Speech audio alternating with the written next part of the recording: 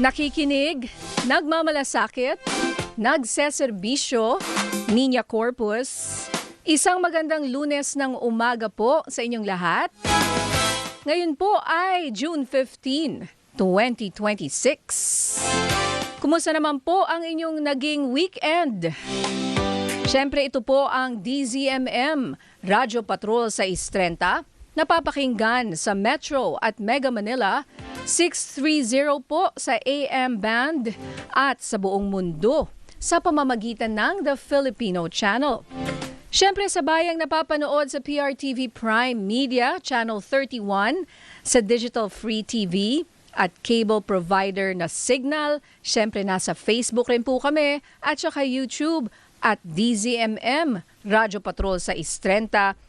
Naimbag abigat, partner. Hi, hello and good morning. Naimbag abigat, mga kapamilya at mga kaserbisyo. Mix Boosters po in this Monday, June 15, 2026. Kahit papano nung weekend at Nina nakahingan naman tayo ng onte sa... kasi napakabigat po ng week last week, di ba? Alam naman po natin yan, common knowledge, pero at least nung weekend kahit papano nagkaroon tayo ng breather, nagkaroon tayo ng pagkaroon ng pagiging active. Kahapon po kapamilya run, kung saan ang DZMM Radio Patrol sa Istrenta, katuwang din po dyan. So congratulations po sa ABS-CBN Foundation. Nagbabalik po ang fun run ng kapamilya. So kahapon po yan sa Philinvest Alabang. At syempre, diretsuhin ko na ba? Diretsuhin mo na. Diretsuhin ko na. Yaman din lamang ay at we are wearing the colors. Oo nga eh. The colors. Ano ba itong colors natin? Kasi susutin ko na po, Knicks in 5. Yeah, New York Knicks. Congratulations, New York Knicks. 2026 NBA Champions. Marami po mga Pilipino sa New York ang nagdidiwang. Marami tayong mga kaibigan na nagpo-post ng kanilang story sa watch party na talagang New York. New York. Yan. Siyempre makikisama rin ako dyan. Yan. Yaman din lamang na tayo ay nakikiisa sa mga NBA fans. Congratulations sa mga fans ng New York Knicks. Yan. Aba, after 53 years. Ang ganda sa frame niya, no, partner. Ganda niya, no? Suot ko na buong time ng programa. Ayan, bakit hindi? Ayan. Bakit ang ganda, hindi? bagay na bagay. Kasi, partner, sa totoo lang, ang kwento ng aking suot na sombrero, last year to. Kasi nasa New York nga kami last year. Siyempre, marami tayong mga kamag-anak dyan at mga kapamilya, partner. Yes, of course. Mga kapamilya, Bads, hello and good morning. Mga pamangkin po ni Ate Nina, nandyan. Marami din tayong mga kaibigan, mga Pilipino po all over, galing po mula po sa iba't ibang panig ng mundo. Nandyan din po. Alam mo, partner, last year was a big disappointment kasi nandun kami na feel namin yung parang run-up to the semifinals ba yun? Eastern Conference Finals. Whatever that is. Na they were almost, diba, at the brink of joining the finals. Yes. After so many years nga, after 50 plus years. So na-feel ko yung excitement and the disappointment nung natalo sila. Big deal kasi ang pagka-championship po ng New York Knicks dahil sa bukod sa 53 years. Para yung Golden State Warriors nung 2016, 50 years sila bago sila 40 years. Kumbaga lagi silang dumadaan sa heartbreak, laging may paasa. Magiging okay tapos biglang madidisappoint. Syempre ang New York po ikilala po yan. Parang mga Pilipino din po ang New Yorkers galing sa hirap, galing sa struggle.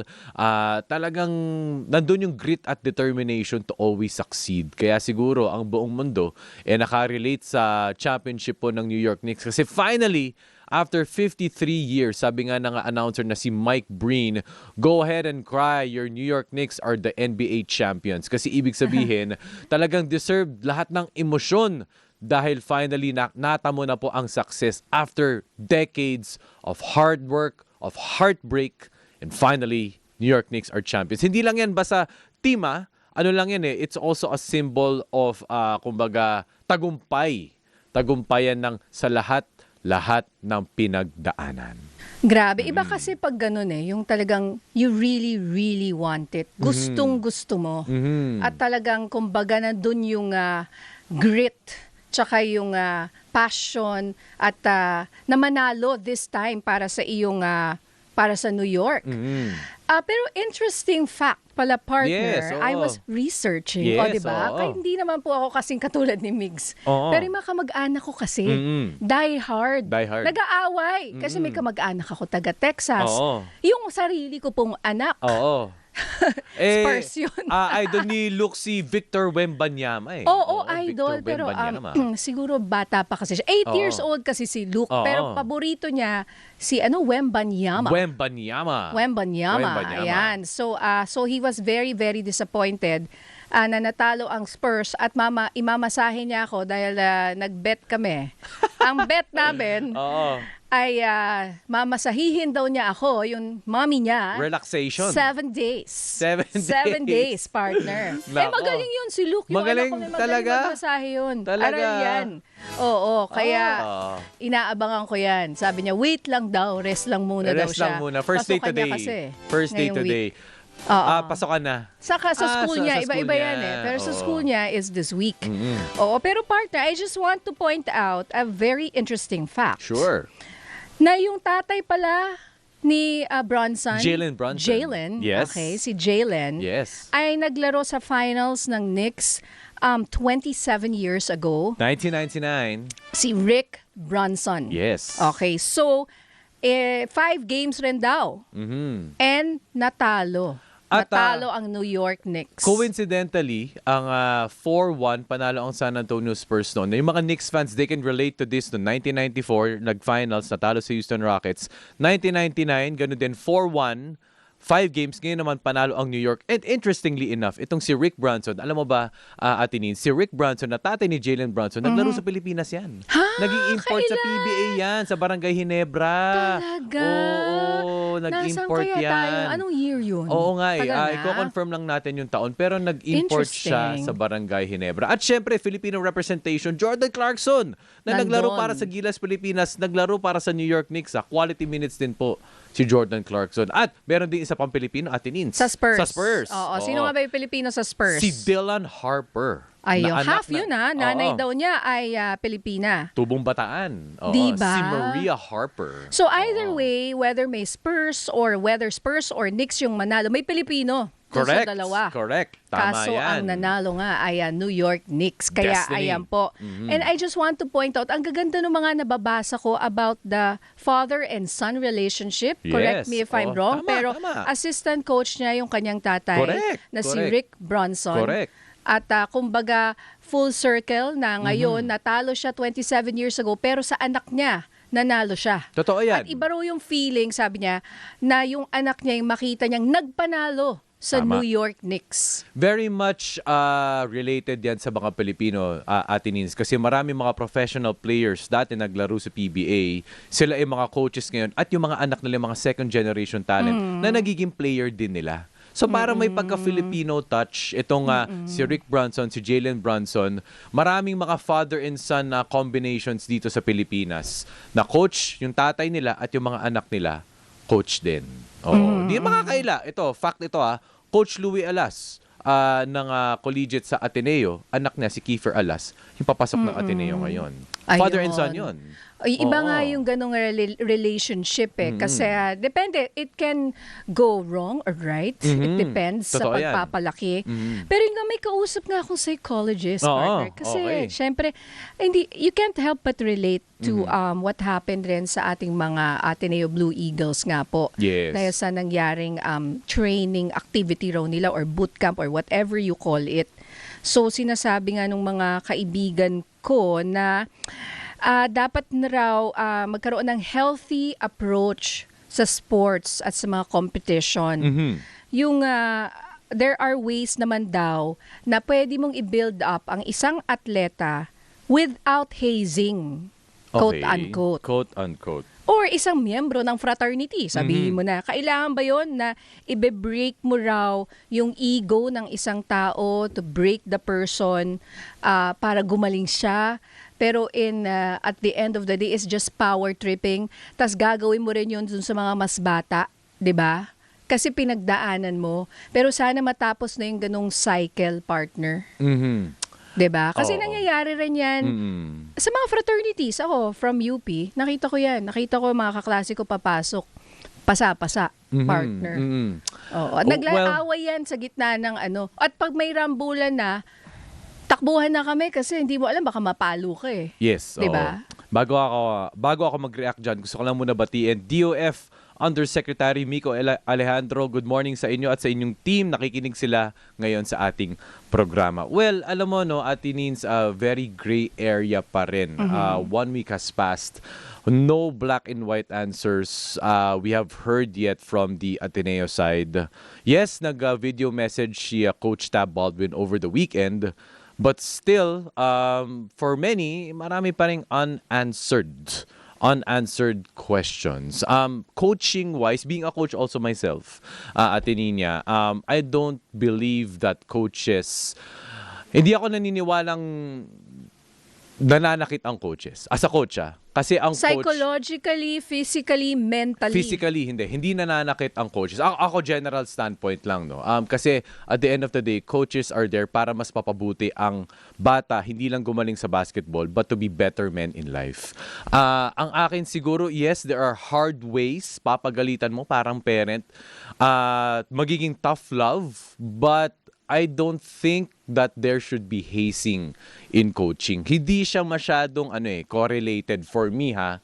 Pero again, hindi ko naman mapapatunayan, hindi naman na pantay-pantay, hindi naman din pare-parehas lahat ang coaching, 'di ba? So still with the incident, it's still inconclusive, no? Kung meron nga, kung may pasa, kung nanakit ba, pero sana po walang coach kahit sino mang sport ang mananakit ng bata. Oo. So, lalo na yung mga bata, hindi pa Oo. professional na matatanda na may Correct. pamilya na, Oo. 'di ba? Talagang full-fledged adult. Pero hindi pa rin talaga dapat. Hindi talaga. Yeah, there's Hindi talaga. no space for abuse, partner, Actually, and power tripping. Nag-evolve na rin talaga ang coaching, eh. Kasi before talaga tough love. As in talagang papagalitan mo one way, iiyak talaga yung bata. That was the coaching before. And we've seen that, and we've seen them win, actually. Nananalo to mga atleta na ito.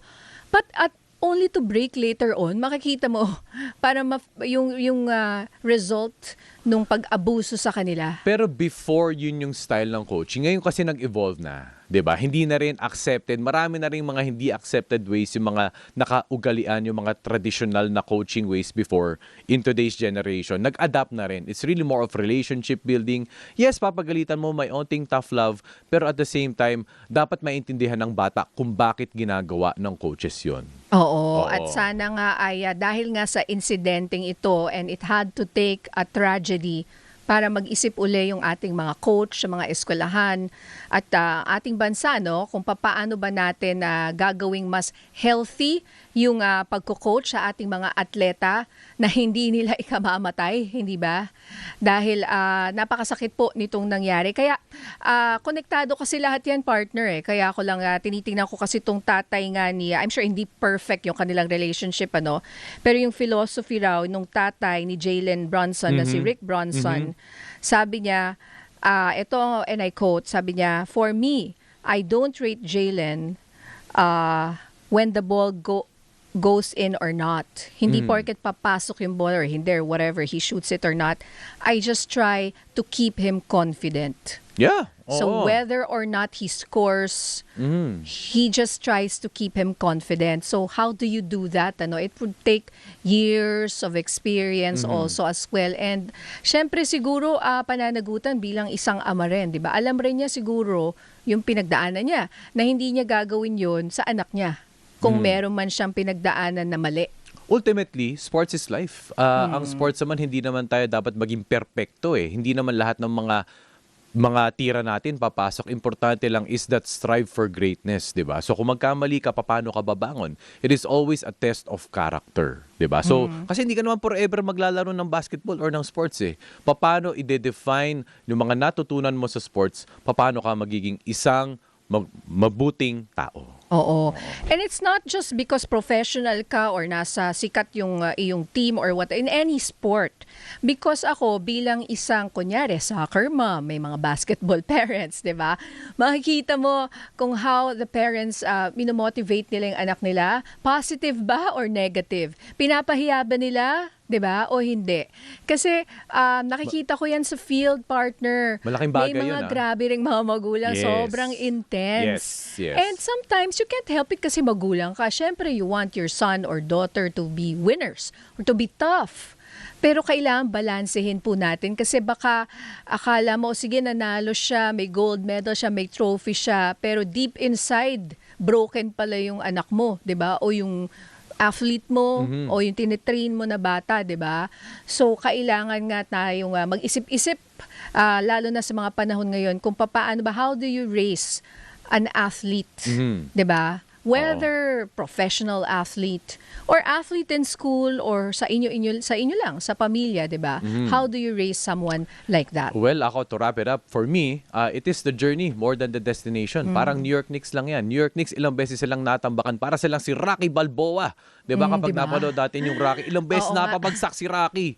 All throughout all the season, but they showed grit and determination, collective effort, worked as a team, sinacrifice sila yung individual egos. Ganon din po tayo, no? 'Di ba? Gagawin din natin ang lahat.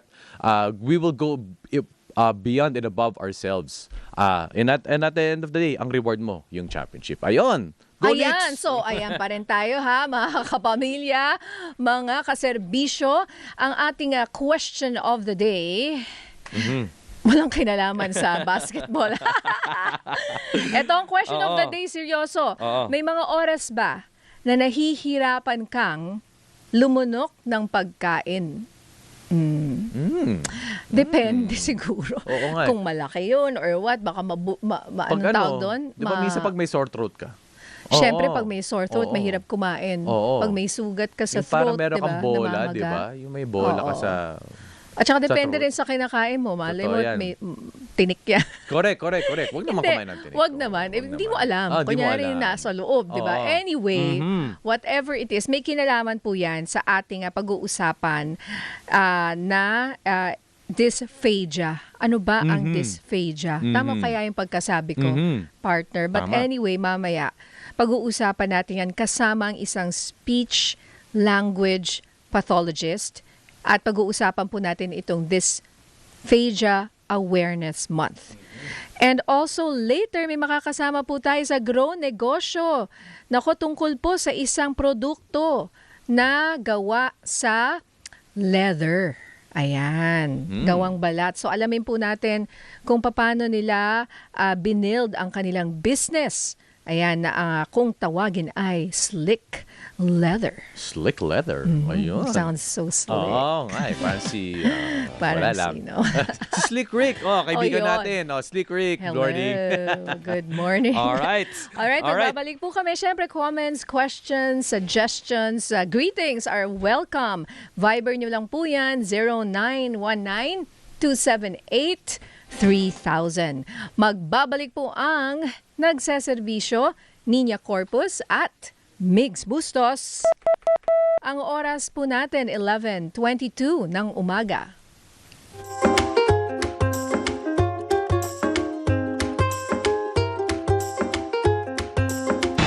Magbabalik ang nagseserbisyo Niña Corpus kasama si Migs Bustos.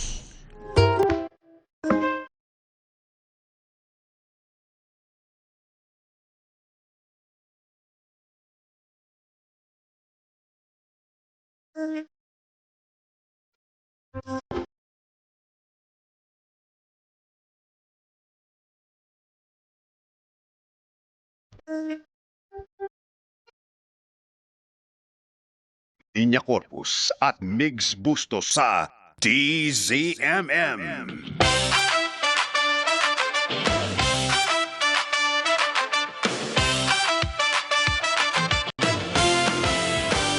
Nagbabalik po ang nagseserbisyo, Nina Corpus at Migs Bustos. At ngayon nga po, pag-uusapan po natin ang Dysphagia Awareness Month. Makakusap po natin ngayong umaga ang isang speech language pathologist na si Jan Therese Parcon. Hello Jan, good morning. Welcome to DZMM. Good morning, Migs, and good morning, Miss Nina. Ayan. So Jan, ano ba ang dysphagia? Tama ba? So, ang dysphagia, ang pronunciation sa atin, pero pwede ring dysphagia. Yes, pwedeng oo. dysphagia, pwedeng dysphagia, commonly dysphagia. Okay. So, ang dysphagia po ay isang medical condition kung saan nahihirapan po yung tao na lumunok. At hindi lang po to sa paglunok ng pagkain, pati po ng tubig at minsan pati ng laway. Okay, so paano po ito nangyayari? Ang dysphagia po ay madalas na resulta ng isang condition. So for example po, na-stroke ang isang tao. Yung iba naman po dahil po nagkaroon ng brain injury, tinamaan po ang parte ng brain kung saan nagkokontrol po ng paglunok. Nahihirapan na po sila lumunok. So, usually dyan, ano ang feeling kapag mahirapang lumunok? Ito ba incomparable sa mga usual lang natin nararamdaman? Kuwari may sore throat ka, di ba usually pag meron kang bola sa throat mo, parang yung ganong feeling. Oo, Pero ito ba, iba ba to? Ang gusto ko yung pag-describe mo nung Oo. may bola sa throat. Kasi Oo. naririnig ko rin yan madalas sa patients ko na nahihirapang lumunok. Pero hindi, iba siya sa ating common na sore throat. Kasi ang sore throat po ay madalas resulta ng isang impeksyon. So madalas po na pag nagkakasakit tayo, flu, na namamaga yung ating lalamunan, kaya po tayo nahihirapan lumunok. Ang dysphagia po ay dahil sa humina or posible pong nawalan ng coordination ang mga muscles natin na kinakailangan para makalunok. So hindi lang siya dahil sa namamaga na nahihirapan tayo pero may humihina talaga. So, ano parang hindi mo siya mafe-feel? Meron tayong mga nafe-feel minsan na nasa stuck sa lalamunan, yung nga po yung parang may bola, yung iba naman mag-a-attempt sila lumunok kaso nabibilaukan. Oh. So yan ang mga nakikita natin commonly sa kanila. So marami ho ba ang mga pasyente na may dysphagia? Marami bang Pinoy na nagsasuffer sa sakit na ito? At kadalasan, ano po yung dahilan bakit sila nagkaroon ng dysphagia? Miss Nina, marami ding mga Pilipino talaga ang nakakaranas ng dysphagia. Yun nga lang, hindi lahat ay nakakakuha ng treatment. So, madalas talaga ang common na rason kung bakit nagkaka-dysphagia ang isang tao ay sa stroke, number 1. At marami sa ating mga kapwa Pilipino ay may heart condition. So, nagli-lead talaga sa stroke. At nitong mga nakaraan, yung ating mga heat wave na nagdulot naman ng mga heat stroke. So, nagkaroon ng mga dysphagia ang ibang mga pasyente. Meron din naman yung mga may neurological or tinatawag po nating mga progressive illnesses like Alzheimer's, Parkinson's. Usually Kasi ganun, pag ganun po sila. nakakalimutan nung function. Yes. Nakakalimutan ng brain yung function ng katawan. Yes, correct ka dyan, Migs. Oo. So, nahihirapang lumunok yung dysphagia, no? Ano yung aphasia? Sorry. Naririnig ko rin yon Yes. kasi mayroong nagkakaroon nun after a stroke din and hindi niya ma-express yung sarili niya, hindi makasalita. So, yung aphasia naman, Miss Nina, ay tinatawag talaga siyang loss of language. So madalas pwedeng ang aphasia ay dahil sa hindi nila naiintindihan ang nangyayari. Pwede din na nahihirapan silang mag-name ng mga bagay-bagay at pwede rin naman nahihirapan silang mag-repeat ng mga words. So yun ay very language side ng brain compared sa dysphagia na ang muscles talaga ang pinag-uusapan natin, ang muscle ng bibig, dila, panga at ng lalamunan kung saan kinakailangan natin lumunok. Oo. So kung hindi ka na makalunok, di pa paano ka kakain? Paano ka Exactly. makakapagpasok ng nutrients sa iyong katawan? So, sa mga ating kababayan na nakaka-afford at nakakahanap ng isang speech therapist, nagkakaroon ng treatment talaga. So, lahat ng ginagawa namin sa aming mga patients ay individualized. Walang one size fits all. So, ina-assess namin yung mga patients, tinitingnan namin kung anong part ng swallowing sila nahihirapan. Yung pagnguya ba, yung paglipat ba ng pagkain papunta sa lalamunan, o yung mismong paglunok talaga. So, talagang may specific na treatment para sa mga taong may dysphagia. So, dyan to further clarify para sa ating mga viewers and listeners, bakit speech pathologist ang nagtitreat nitong dysphagia? So, ang mga speech pathologists po ayon sa ating batas na kami po ay nag-handle ng mga taong hirap sa paglunok talaga. So, ang mga doktor po natin, nagre-refer po sa amin after po, for example, after nga po na stroke, after po ma-diagnose ng Parkinson's, at nakita po nila na, 1, bakit humihina ang pagkain, bumabagal compared sa usual? 2, bakit bumagsak yung timbang. Yun talaga, kapansin-pansin, bumagsak yung timbang kasi wala nga pong nutrients na nakakapasok. 3, pwede din pong obvious reason bakit naglalaway, hindi na nakokontrol yung muscles talaga. So nagre-refer po ang ating mga doktor sa mga speech pathologist to assess and treat po ang mga patients with dysphagia. So paano po na-diagnose kung isang pasyente ay may dysphagia? So, usually dyan, Miss Nina, nakakuha kami ng referral from doctors na to consider dysphagia and nire-refer po kami na magkaroon ng swallowing assessment. So, yung swallowing assessment po ay hindi lang kami nagpapakain talaga ng mga pasyente. Kumukuha kami ng comprehensive na medical history. Anong nangyari? Bakit nahirapang lumunok ang pasyente? Matagal na ba to o biglaan? Tapos po, after namin makita na based sa medical history, nagko-conduct na po kami ng mga muscle testing. Tinitingnan namin kung anong mahina, anong hindi nako-coordinate na muscle. At after po nun, kung kinakailangan, nagre-recommend din po kami ng tinatawag naming instrumental assessment kung saan gumagamit po kami ng mga cameras, maliliit na cameras na pinapasok po sa loob ng ilong ng pasyente para po makita kung ano ang nangyayari sa lalamunan. Opo. Diyan, meron ba early signs? Para kuwari kapag ako ilumunok, baka papunta na to doon. Ano ba yung baka pwedeng kung mga early signs and symptoms na baka dysphagia na nga ito? Okay. Gusto ko lang din i-clarify doon, Migs, no, na meron tayong normal healthy aging na habang tumatanda, talagang bumabagal ang paglunok. Yun nga lang, katulad ng nasabi ko kanina, na kapag merong isang medical condition na nangyari, kaya nag-result sa dysphagia, dun talaga mas maging maingat sa mga signs na to. So 1, palaging umuubo. At gagawin ko siya, tinatawag po naming throat clearing, yung yung gumaganyan habang kumakain. Habang habang kumakain. kumakain. Hindi Safe Okay, naman. okay. Safe, Hindi, safe, kasi safe. may mga ganon. Minsan ako ganon eh. Oo, Or nga. kunyari, feeling ko may allergy ako, may nahinga ako. Minsan dito sa show, di ba? Correct, correct, correct. Walang, so hindi yun yung Hindi kasama. naman, hindi Kailangan naman. Usually habang kumakain. Habang kumakain. Talaga. Okay. Habang kumakain, nauubo or yun nga po tinatawag naming throat clearing. And then second is naglalaway. Obvious talagang reason yun na naglalaway kasi yung muscle mismo ng bibig hindi nila makokontrol. Tumutulo na lang yung laway. Correct. So, yan yung pangalawang reason. Pangatlo, pwede din yung nakikita talaga natin, bakit lumunok na siya pero may natitira pa ring malaking parte ng pagkain sa loob ng bibig, sa may dila. Minsan pa nga, dumidikit sa ngalangala. May mga pagkain na hindi talaga nila nauubos at nalulunok ng maayos. Pwede din po yung pagkatapos nilang kumain, basang-basa yung boses nila. Tinatawag namin gurgly or wet yung voice.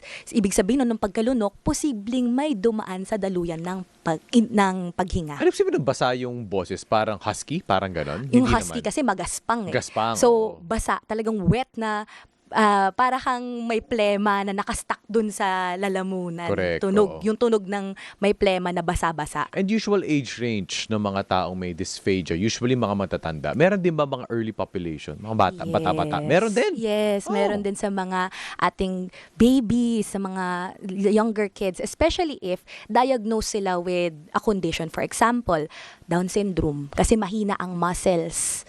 So, hindi sila nakakalunok ng maayos. Cerebral palsy, na yung mismong brainstem na tamaan, kaya talagang nahihirapan sila lumunok. So, ang dysphagia ay hindi lang talaga sa adult, pero across the population.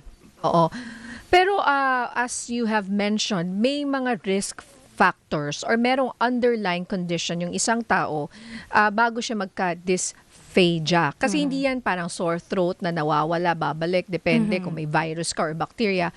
But dysphagia is a result, for example, of sabi mo nga, pwedeng cerebral palsy, Down syndrome, can be stroke, di ba? May sakit ka sa puso. So, hindi yung basta ka na lang, baka may dysphagia ako, iisipin mo. So, kailangan, meron kang mga ganong kondisyon muna. Ngayon, ang tanong ko pong susunod, meron bang cure or treatment? Panghabang buhay na ba yun, yung dysphagia ng isang tao? So, yes, meron tayong treatment and sobrang haba ng treatment process talaga kasi hindi lahat ng tao ay may nakakahanap ng isang speech language pathologist. Tapos, kung makakahanap man, minsan once a week lang, twice a week. So, na gumagaling or nag-i-improve ang isang taong may dysphagia. Usually, kung dating hindi sila nakakain ng solid, after therapy, with the help of the family, nag-i-improve sila, nakakakain na ulit sila. Some naman na nagkaroon ng NGT, nasogastric tube, yung nilalagay po sa ilong. Usually kapag nako-confine, nilalagay yon sa ilong dahil nahihirapan ng kumain yung pasyente. Nagti-treatment po kami sa mga ospital, tas nag-i-improve po yung mga pasyente. Pero depende po talaga siya sa condition, sa yung source. So for example, katulad ng ating Alzheimer's, Parkinson's na progressive over time. Talagang maintenance ang therapy. Kasi ini-expect natin na over time baka may magbago.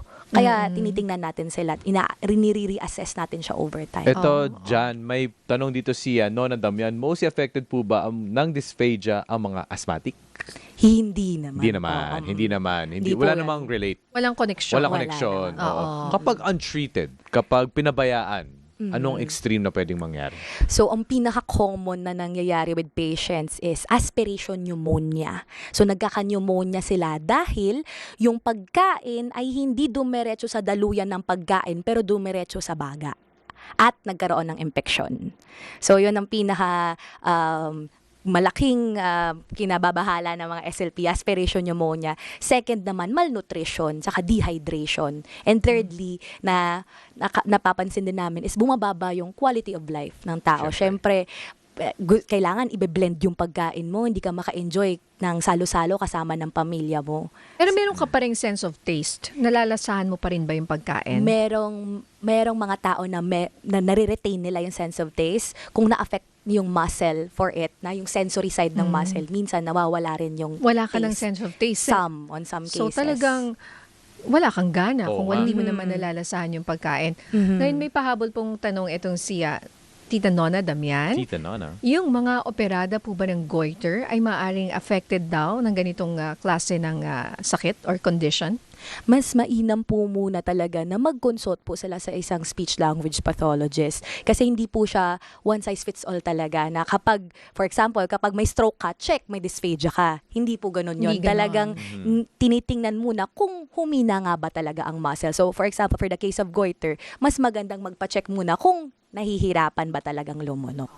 So sabi niyo yung mga speech language therapist or pathologist po ang tawag sa inyo, kulang na kulang sa ating bansa. I mean, Yes, parang ngayon lang nga rin ako nakamit ng isang speech language therapist and I always hear about mga tao needing a therapist. Yes. Ano po yung mga sakit usually na inyong tinitreat? So, for pediatric population, usually inahandle namin yung mga kids with autism, ADHD, global developmental delay, Down syndrome, and then for adult population, madalas post-stroke, TBI, yung traumatic brain injury, and again, progressive illnesses like Parkinson's, Alzheimer's, yung mga post-intubation or nagkaroon ng trach. Tinitreat din namin sila. So, across the lifespan na nagtitreat ang mga SLP for speech, language, and swallowing. Ayan. So maraming salamat dyan sa iyong kaalaman at syempre experience pagdating dito sa dysphagia. Pahuling paalala na lang sa ating viewers and listeners tungkol sa kondisyong ito. So, gusto ko lang po paalala sa lahat na ang dysphagia po ay mas magandang nagpapa-assess po kayo sa isang professional. Hindi po nasa self-diagnose ang dysphagia. At mainam din pong mag-seek po kayo ng treatment. Kasi ang madalas din pong naririnig po namin is, gagaling naman yan, mag-i-improve yan over time. Although meron pong mga cases na nag-i-improve, mas maganda pong wag na nating hintayin na lumala ang dysphagia or ang hirap sa paglunok kasi marami po talaga itong maaapektuhan eh. Kaya mas magandang mag-seek po kayo ng help sa isang therapist para ma-address na po ang inyong challenges sa paglunok. Opo. Meron ho ba kayong Facebook page or website number na pwedeng tawagan ng ating mga kababayan na naghahanap po ngayon ng katulad po ninyo? So, nagkiklinik po ako sa The Medical City Clinic sa UP Town Center every today, Monday and Wednesday. So, apart... May nakapila na siguro. Nakapila na. Miss Jan, At least may dito, nakapila consultation na. Ito, libreng konsultasyon, ha? Pero marami po kami Marami SLP kayo? naman. So, pwede nyo pong puntahan ang website po ng Philippine Association of Speech Language Pathologists. So, meron po kaming listahan po ng mga SLP, ng mga clinic, at kung ano-ano po yung mga specialization po namin.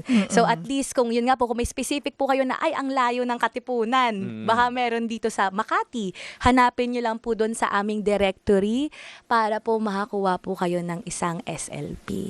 And meron po ba kayong parang mga social work? Kaya paano yung mga mahihirap who can't afford an SLP? Usually po, Wala ba our sa PhilHealth association, or something? yung PhilHealth, yes. Yeah, pero our association po, meron po kaming mga libreng therapy usually sa provinces ginagawa. So, again, pinaplug, ina-advertise ko na po Yes. ang aming association, Go, ang go, Philippine oo. Association of Speech Language Pathologists. Kung gusto nyo pong makipag-partner with our association para po makarating ang services namin sa ating mga Pilipino na hindi po talaga nakamit man lang ng isang SLP, please contact us. Meron po kaming Facebook and email. Hindi ko lang po memorize ang aming email, pero searchable po kami online. Pwede po kayong mag-reach out para magkaroon po tayo ng mga partnership na project para matulungan po ang mga Pilipino. Ayan. Thank you so much, Miss Jan Parcon. Gusto ko lang sabihin, ang ganda ng buhok niya. Ang ganda ng hair. I love it. Miss Jan Parcon, ang ating speech language pathologist SLP. Maraming salamat po sa inyo. Maraming salamat, Miss Nina, Sir May. Thank you. Okay. Uy, merong Nako. ano to? Good news or bad news tungkol sa gasolina? Parang ano eh. Ano to? Mekos eh. Mix May eh. up and down. May up and Oo, down eh. Ito may- po ang mekos. Ano ba to? Mix Sa po yan. Shell, Sa no? Shell, Sa sa Shell. Shell advisory to its dealers. Ito po ang price change for Shell Pilipinas Corp effective 6 a.m. June 16, mamayang gabi. Mamaya Hindi, yan bukas. Bukas pala. June bukas. 16. 6 June a.m. 16, 6 a.m. Gasoline, tataas po yan ng 1 peso and 68 centavos per liter. Kerosene, bababa po yan ng 50 centavos per liter. At diesel, bababa po yan ng 3 pesos and 71 centavos per liter. Medyo malaki-laki yung sa diesel, ha? And wait a minute. So, kung gas ka, tataas yan bukas. So, magpag-gas ka na ngayon kung gasolina. Kung diesel ka, bukas, 6 Yes. a.m. para bumaba. And kerosene, bababa rin, pero 50 centavos. Alright, ang oras po natin, 11:43 ng umaga.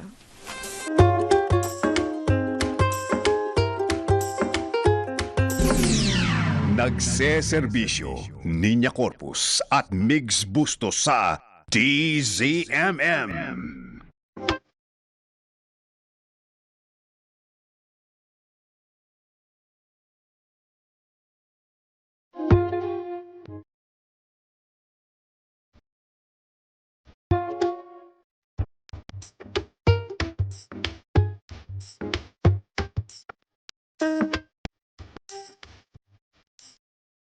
Nagseserbisyo, Niña Corpus kasama si Migs Bustos sa DZMM.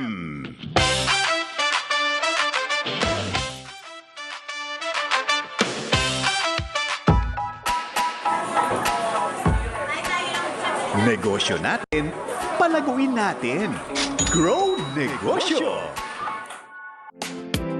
Kasama po natin ngayon ang founders ng brand na Slick Leather. Ayan ha. Sila ay sina Janine at Brix Gripon. Magandang umaga sa inyo, Janine and Brix. Morning po, morning. Morning. Ayan. At sa mga nanonood ngayon sa kanilang telebisyon, dala-dala nila yung mga produkto na made in the Philippines. Yes. Yun naman. Oo. Ang dahilan kung ba't kayo nandito rin kasi we really want to promote small businesses and Filipino products. Ngayon, ano po ang istorya sa likod ng Slick Leather? So, Brix, sige, go ahead. this was my business plan during college. So, way back in 2016. So, may other two group members from our business plan. And then, nag-decide sila na umalis And then I created my own brand, which is Slick Leather. Okay, so ano siya? Bakit nyo siya naisip nung college? Tinuloy mo siya ngayon? Na business mo na talaga siya? Anong inspiration behind this? Kasi nung college kasi, wala kaming maisip na industry. So, kaming 3 group members, nag-decide kami na kailangan may mahanap tayong industry na alamin natin from handcrafting, and then yun, natutunan namin siya. Pumunta kami ng Marikina, inaral namin yung kung paano gawin yung process, and then yung sourcing. And nagkaroon kayo ng problem with the pag-source, tama? Yes. Pag-source nyo ng supplier nung gagawa po. So he started learning on his own. Do you mean as in gumagawa ka rin? What, Yes. Yes opo. po. as in- Nagsimula na siya ng Oo. as bedroom project. Bedroom project with the keychains, small Okay. cord organizers. Doon po siya wow. nag-begin with that. So actually, ikaw yung gumagawa ng iba? Or Yes. I'm sure meron ka na rin ibang mga tagagawa ngayon. Yes. Mainly kami Okay po na. pa rin ang gumagawa po. Talaga? So, okay, bakit leather? Sige, Judine. Leather po kasi is actually a byproduct of our food industry. And ano na siya eh, kumbaga, it's either magiging waste siya or gagamitin natin siya for something else, which is leather is durable. So pag natan na siya, matibay siya. And it will last for a lifetime. Let's say a lifetime kasi mas tatagal pa to sa buhay natin. So Compared sa synthetic leather. opo, compared sa synthetic leather kasi na magpa-powder in time na hindi na natin maaalagaan or hindi natin makokondisyon, hindi natin mababalik yung original state niya.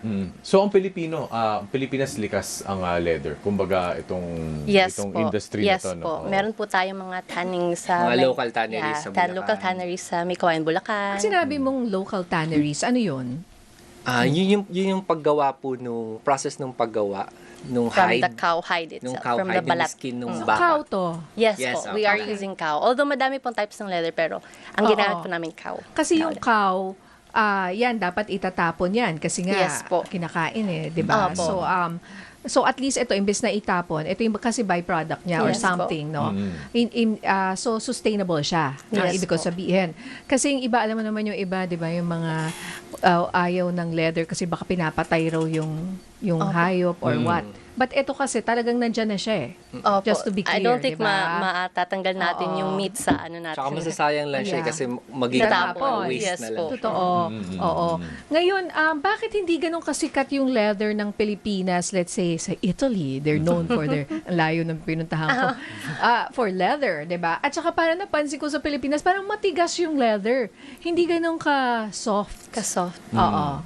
Feeling ko nagkakaroon naman siya ng movement as of now. Kasi ang dami na rin nagka-craft eh, nagmamanual craft. And then, marami na talagang... Lumalaki yung community. Lumalaki yung community. Siguro depende rin po sa type ng leather. Let's say, for example po, ito kasi, Sige. we have chrome tan. Malambot po siya, as you can see na. Yun nga eh. Oh, parang ang ganda niya. pero Parang bagay sa atin yan. Ito po, ito bagay. Sa'yo yan. bagay Bagay sa'yo sa'yo. yan. Bagay Oo, sa'yo. duffel bag, no? Oo. Sige, kwento. Pero, yes po. I-show and tell yung products And na. ito Ito, kasi maganda to. matigas po, which is the veg tan. Vegetable tan. Ano Ang yung gamit veg sa kanya, tan? natural oil para ma-process yung balat. Ito naman po is mga minerals. So Mas we have matagal two to. different type of tanning process. The chrome tan and chrome Minerals. tanning and then vegetable tan Which leather. is yung mga tree bark, ito yung mas natural pero mas matagal. Siya kaya mas premium. Siya po yung matigas. And mas Ito mahal yung siya. malambot. Mas mahal siya kasi mas matibay mukhang I would Yes think. po. Kasi Tsaka mas- lalo na sa messenger. Mas matagal din siyang itan, yung vegetable tan leather. Yung process po ng pag-ano. Anong pag sinabing itan, ano yun? Anong ginagawa? The Parang pro- feeling ko tinatan na. Para ka Parang, nagsasunbathe. yes, parang ganun po. Yung ganun? process ng paglagay nila nung, it's either yung tree bark, oil, or minerals, tas under the sun, Kung ipapatuyo. paano siya magiging hide. Opo, paano natin siya Magiging balat na ganito. Maiba lang ako, Ate Linsa. A life story kay Bricks, no? Cabin crew ka pala dati. Tama Ako ba? po. Janine, ikaw ay cabin crew dati. Yes po. Oo. Yes po. We were together since 2017 and nag-start siya by 2019, right? Tas nag-Lazada, Shopee. I just wanted to help out actually na ang dami niya kasing ginagawa. Nagmamaster siya, nagwo-work full-time. Tapos bago siya gumawa ng order before he sleeps, so sabi ko, tutulong lang ako. When I came back here for good, kasi sa labas po ako, sa Middle East ako noon, sabi ko, tulong lang ako. But I really enjoyed making leather. Kaya ngayon meron na kaming custom. Oo. Ako yung nagmamanage ng custom, siya yung sa regular products. Ang galing. So, ba full-time na to? Full-time na? Full-time mo na. Hindi ka na bumalik. Meron pa po kami, hindi na po ako bumalik ng Oo. flying. Oo. Though nasa aviation pa rin po ako, pero hindi na po flying. So, ano feeling ngayon na meron ka ng, kumbaga, from cabin crew ngayon? Kumbaga, you're really part of a business. It feels good actually po kasi I'm with my partner. Mhm. Yun lang mahirap minsan kasi iba yung partner sa business, iba yung partner sa Kayo relationship. nag-aaway niyan, di ba? Madalas po. Kasi kasi may iba kaming opinion, pero ang importante is yung roles ma-define, like siya pa rin ang nagma-manage. Ako pa rin lang ang quality assurance and I have to check with him kung tama ba to and whatnot. Bait naman. Ganun talaga dapat. Minsan lang po, minsan. Oo. Pagdating sa business, no? Hindi, pero what's the secret to your success sa tingin ninyo? Kasi it's been 6 years, no? From a college, parang thesis. 'Di ba? Parang pang-college, tapos Yes naging po. totoong buhay, tapos ngayon 6 years na. Feeling ko yung consistency talaga. Parang naging consistent kami sa paggawa and then we extended our product line. So we have our outdoor, nandiyan yung mga golf ball case, and then yung mga Wallets. wallets. And nagkaroon din kami ng rhythmic line naman for musicians, yung mga guitar straps. And Kasi then, musician po siya. Ayun pala, and then drumsticks drumsticks case. Drumsticks Oo, case. mga keychains, hindi yung mga ginagawa mo sarili, no? Handcrafted Yes, din yan, yes mga po. And keychains. sarili Kita naming naman design. Oo. And siguro din po kasi customer-based kami, so kaya rin po kami nag-open ng custom line kasi may mga customer na they're looking for something na wala kami. So we Right. started learning kung paano namin gagawin yung kailangan ng market. Oh, patok din yan sa mga events, di ba? Yes, Yung mga yes po. pa-custom, Yung mga meron din pong pa-giveaways. name niya. Oo. Ito yung pinaka-recent din po namin, like sa golf club, gusto niya ng case for bawat club niya. So, we made something na, na mamagnet na mabilis niya lang Para di magasgas, di ba? para hindi magasgas. Oo. Like May something, favorite club. It takes time, Okay, it takes time, pero Maganda yan, Oo. Oo. Tsaka gawang Pilipinas. So magandang Yes po. suportahan yung ating mga small businesses nga katulad nga nitong Slick Leather. Saan nga ba ito mabibili? Ayan, promote na natin. Sige, Janine. we are available po at Shopee, slickleather.ph as well. Shopee, Lazada. You can also find us at Instagram, slickleather.ph. And also, you can email us at slickleather.philippines@gmail.com. Ayun. Okay. Ano Oh, ba? yes, also, I almost forgot, sorry. We also have a concept store in Alabang po. It's called Connect by the Park. Madami ding different products doon, mga Filipino products and In Alabang varieties Town in Center. Alabang Town Center po. Oh, nice. Connect by the Park, yes. Connect by the Park. Ano yun? Everyday ba yun? Or every Yes po, weekend? yes. Andun lang kayo? Opo. Oh, how Doing nice. concept store. Concepts. Okay. Thank you sa Okay, pagdayo. wow. Oo. Well, good Thank you. luck sa inyo. Sana Thank you, ay thank you po. marami pa kayo mapagsilbihan at to make more happier. I mean, to develop happy customers and marami mag-order kasi custom eh. Yes. Parang pag may gusto kong pagawa, no? Correct. Kung ang ganda nun sa gitara tsaka yung sa golf Oh, club. thank you po. Oo, meron din. Kaya ayan sa mga sporty. Yeah. Yeah. Thank you, thank you. Thank you so Thank much. you po. Maraming Thank you for salamat having kay us. na Janine and the Bricks Gripon. Good morning and maraming salamat. Good Thank luck you. sa inyo. Salamat. Ayan. Okay. Okay, partner. Naku, may May report balita. tayo. Medyo Oh, naku. kakaiba tong balitang to. Oo nga. Gulat ako dito, Nagulat rin ako. Oo. Well, eto po siya. Oo. Attorney Jess Falsis, sinuspinde ng Korte Suprema ng 1 taon. Ang detalye ng balita mula sa PRTV News na si Mari Ocampo. Mari? Niya sinuspende ng Korte Suprema ng 1 taon si Attorney Jesus Falsis matapos siyang mapatunayang guilty sa simple misconduct dahil sa paggamit ng offensive at unprofessional na pananalita sa isang social media post. Ayon sa Korte Suprema, nilabag ni Falsis ang Code of Professional Responsibility and Accountability o CPRA nang gumamit siya ng mga mapanlait na mga salita habang ipinagtatanggol ang kanyang kapatid laban sa mga alegasyon ni Chris Aquino. Bagamat iginiit ni Falsis na bahagi lamang ito ng kanyang freedom of expression, sinabi ng Korte Suprema na may limitasyon ang malayang pagpapahayag para sa mga abogado dahil sa mataas na pamantayan ng asal na inaasahan sa kanila bilang mga opisyal ng hukuman. Binigyang diin din ng Korte Suprema na dapat maging maingat ang mga abogado sa paggamit ng social media dahil mabilis itong kumalat at maka-impluwensya sa publiko. Una nang nirekomenda ng Integrated Bar of the Philippines ang multa at reprimand laban kay Falsis. Ngunit itinaas ng Korte Suprema ang parusa at ipinataw ang 1 taong suspension dahil sa tindi ng paglabag. At yan muna ang ulat. Ako si Mari Ocampo ng PRTV News para sa DZMM. Maraming salamat, Mari Ocampo ng PRTV News. At nagdaan na naman po ang 1 oras dito po sa Nagseserbisyo Lunes na Lunes. Maraming salamat po sa lahat ng nakinig, sumubaybay at nanood sa amin ngayong araw na to. Alright, susunod po headline ngayon kasama sina Jeffrey Hernaez at Rica Lazo. Muli ako po si Mix Bustos. Nagseserbisyo, palasa lang Ate Nins. Knicks in 5. Congratulations! Congrats! New York Knicks! Suot mo uli. New York Knicks 2026 NBA Diba? Champions! Okay. Yeah! Okay, ako po si Mix Nakisama Bustos, ako Nagseserbisyo. Yan ang, congrats. Ito kasi ang ni In the Zone ng aking partner. Ay, bukas I wanna tapos hear. na. Bukas tapos na bukas? Hindi, wala tapos lang. na. You should celebrate for the next year. Okay, good. Why not? Diba? Lahat ng mga Pilipino dyan, mga NBA fans. Ayan ha. Okay, ito po si Nina Corpus. Hanggang bukas, dito lang po sa Nagseserbisyo Nina Corpus kasama si Mix Bustos. Mamaya po, abangan ninyo ang Arangkada Balita. Kasama ko naman po si Jack Batallones. Dito lang po sa Radyo Patrol sa 6:30. Bye! Bye!